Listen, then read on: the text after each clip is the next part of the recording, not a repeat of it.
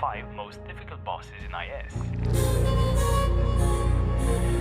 Because I was training in editing, I still haven't beaten the bunny.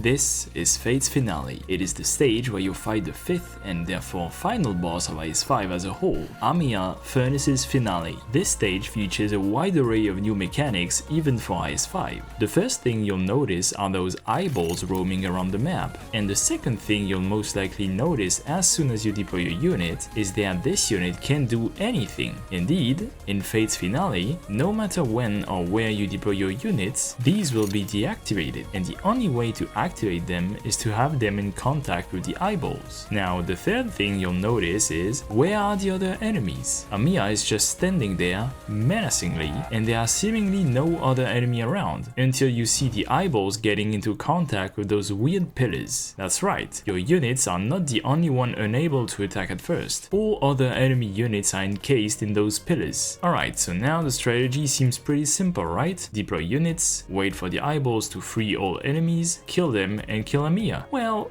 not really. See, among those pillars, one of them is glowing red. This pillar contains a less stated first form of the final boss of Ending 3, Bulldrakrasti Holy Gun Knight. Unlike the other enemies in the map, this one removes 5 HP upon entering the blue box, but most importantly, if this boss leaves the map, either by entering the blue box or by getting defeated, it will trigger one of Amiya's various abilities, Premonition of Continuation. What does it do?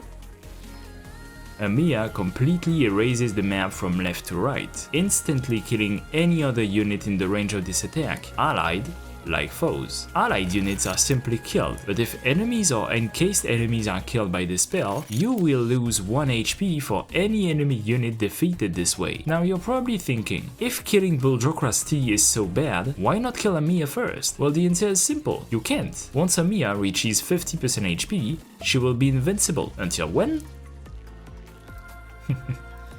Now, here's another interesting mechanic with Fate's Finale. As you may or may not know, the Dharma Sermons, so the map where you fight the fourth final boss, actually has 2 maps. Fate's Finale has 3, and even if Amiya reaches 50% HP on the very first, she will stay invincible until you reach the third and final map. Thus, you only have one possible strategy with some variants. Stall Bulldrakrasti for as long as possible with your tankiest defender or units with innate root like Ethan or Chowbai's 1, wait that as many enemy units as possible spawn to kill them, then kill Bulldrakrasti while dealing damage to Amiya. You can skip the stalling phase by killing the boss early, but that will likely cost you a lot of HP. And you're going to need those HP, because once Amiya erases the first map, you enter the second one. The second map is surprisingly similar to the first one, only the layout of encased enemy spawn is slightly different. The major difference, however, is that the boss that spawns from the red glowing pillar isn't Bulldrakrasti, but Theresis, the final boss of the second ending. But other than that, the mechanics are exactly the same. Eyeballs,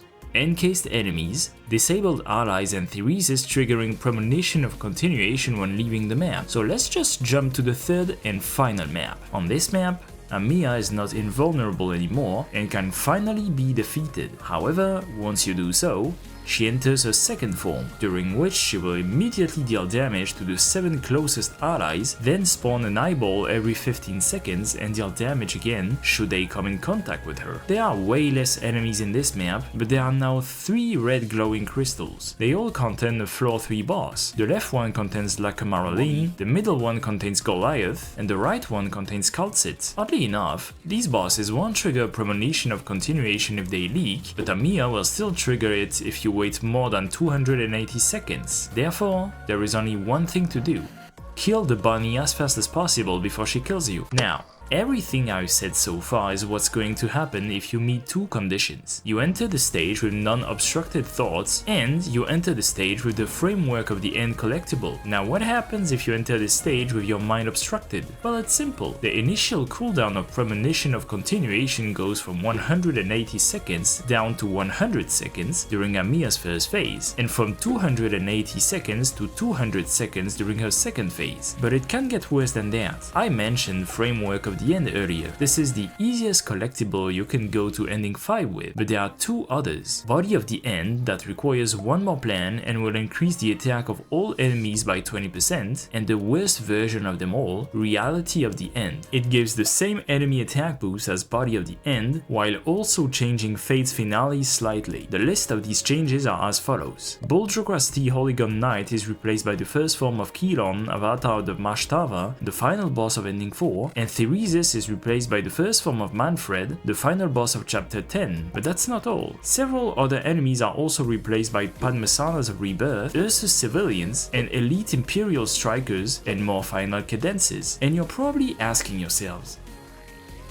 what's the benefit to this? The answer to that question is both awesome and saddening. Absolutely nothing. Nothing except for the fact that if you manage to beat difficulty 18 IS5 Ending 5 with Reality of the End, you have beaten the most difficult challenge IS5 has to offer.